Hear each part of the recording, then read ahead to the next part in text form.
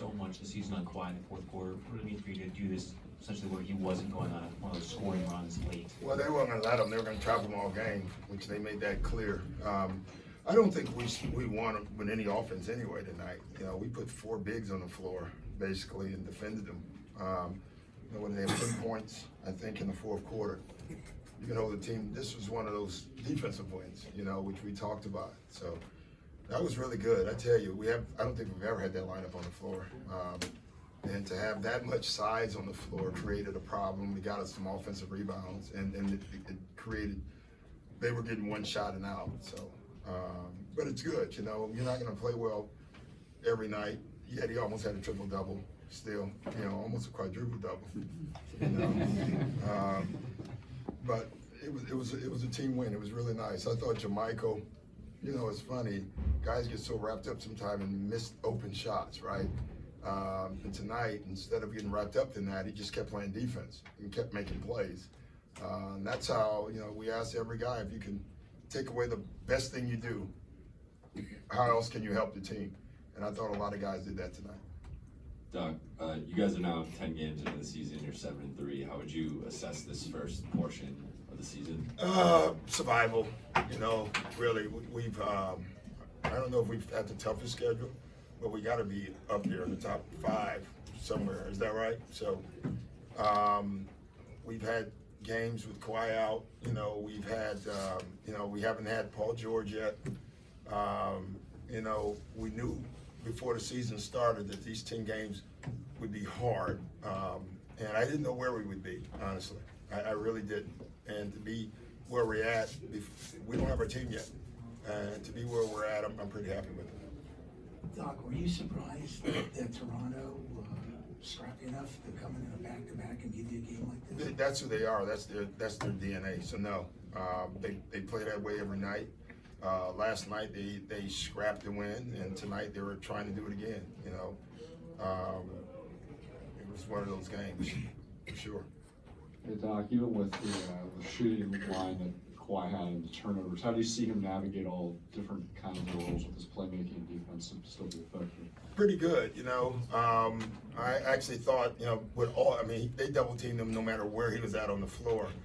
I thought we ended up getting great shots and not making them, and then I thought for a while we had a stretch where nobody trusted it anymore. We were trying to attack through double teams, and but then the fourth we kind of gathered ourselves back and started moving the ball again. So, you know, the more players you can put on the floor for him, the less they can do that.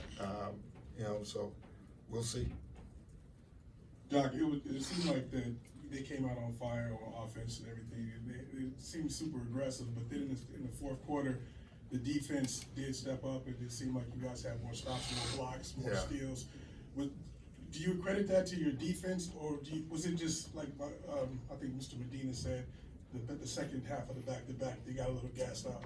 Probably a little bit of both. I definitely thought our size defensively was a major factor.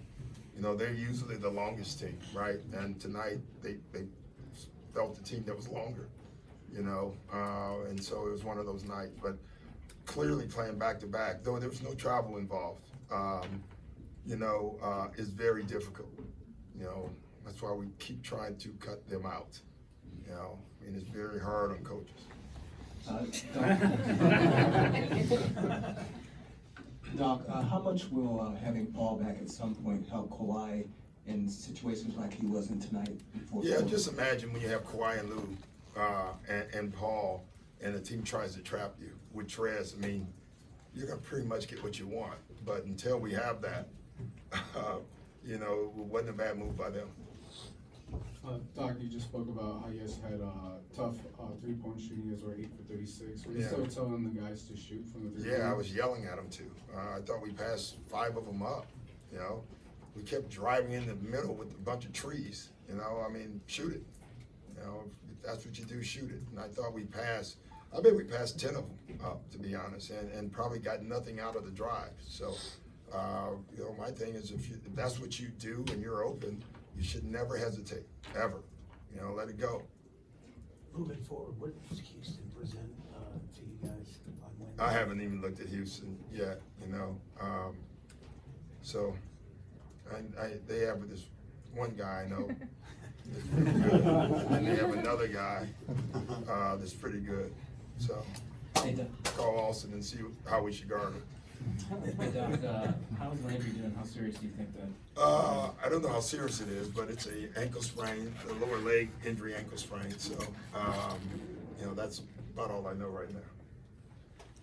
Doc, obviously before the game, from the outside, there was a lot of attention on the storyline of Kawhi playing Toronto. You mentioned before, you never noticed a change in his demeanor.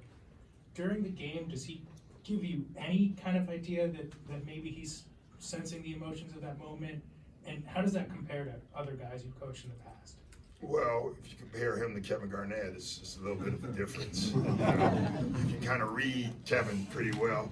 No, he doesn't give much. I like that. I like the poke. Him and Sham are very, when you watch both of them, you don't know, they're just into the game. So, you know, only thing, we communicate a lot during the game, but not about his emotions. I honestly don't worry about him a lot. I love how he does that. You know, clearly, I don't know a lot of people on earth that can do that. Emotionally, I could never do that.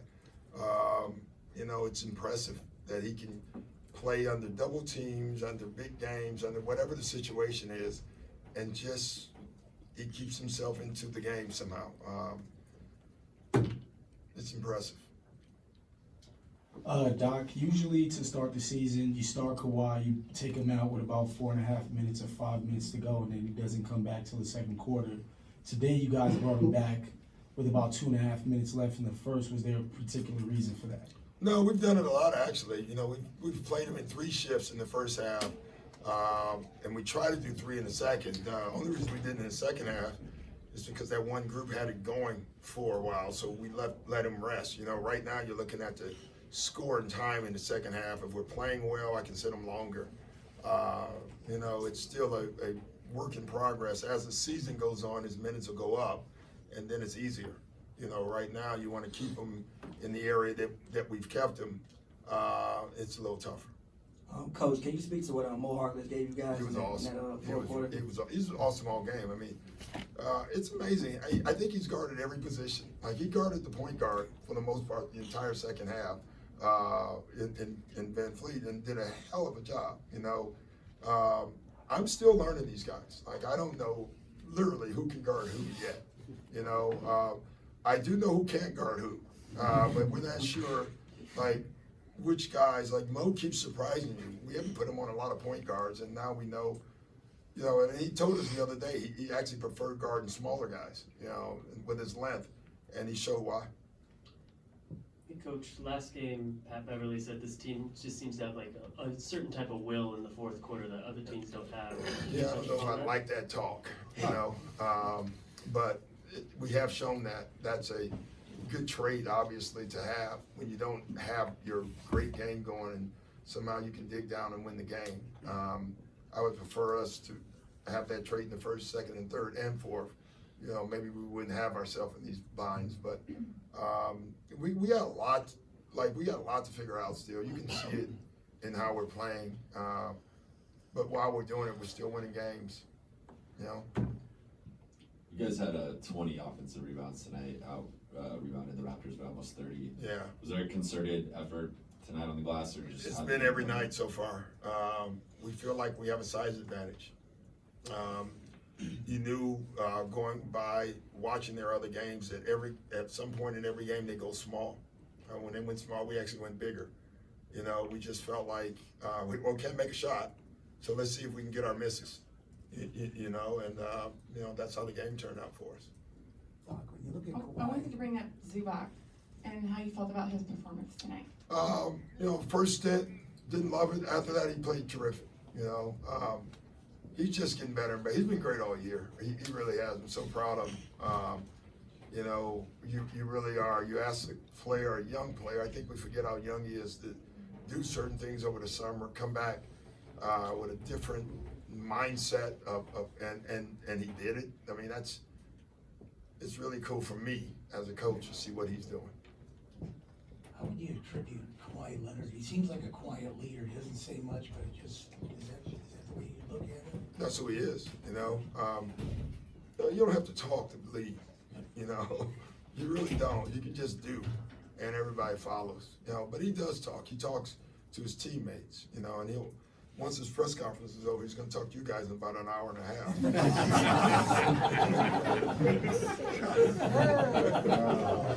That's early. I know that's sore dope for you guys. I'll be eating by the time this is. Go ahead. Can you talk about Trez's leadership as far as like him just communicating more with guys? He's been great. You know, we talk to him and Zoop the most because there's no good defensive team if their bigs aren't talkers. And neither one of them are really talkers by nature. And Zoop today, you can hear him on the floor. Trez, whenever he takes his mouthpiece out, you can understand him. You know, so, but he's talking. It's been great. You know, Mo is a quiet guy by nature. We're trying to get him to talk, and Jamichael, but you can slowly hear them. And once they start doing that, then we're going to be really good defensively. Patrick Patterson was one of the first starters, if not the first in double digits offensively. Has anything in his role shifted from the time that signing was made, or do you see his role shifting any further once Paul George is added into this lineup? Yeah, I don't know. I mean, we told him to shoot the ball. We really do. Like, sometimes if you simplify it for players, they become better. And that's with him, you know, we told this story, but he was working on dribbling, and we just said shoot or pass. You know, just shoot every time if you're open. And I think that's what he's doing. And it makes him a better shooter, because I think that's what he is. And sometimes we get away from what we really are, and that's what he is, and that's what we need him to be. Coach, over here, can you talk about Patrick Beverly in terms of rebounding? I think this is the second game in the past week that he's had double-digit rebounds. Is it an effort? I'm sorry, is it a concerted effort for you guys to send him down there, or is it just a matter of him, you know, kind of doing what he does? Usually breaks the rules when he's down there. Honestly, he's just a great rebounder. He is. He's a great rebounder at the point guard spot. And we do give him liberties because he is. You know, certain guys like Rondo, we had one, and our rule was the guard to get back, but then he rebounded so well, we just changed it and said, well, you can do whatever you want, but get back too. And Pat comes up with big ones. He's just tough, man. I see it every press conference. He's from Chicago. It's a couple games now where the three-point shooting just hasn't really been there. Obviously, you guys are still missing Paul, but are you concerned? At one point, do you get concerned with the three-point shooting? Never. No, we didn't keep jacking them up there. You know, they'll go in. Everybody good? Thanks, Coach.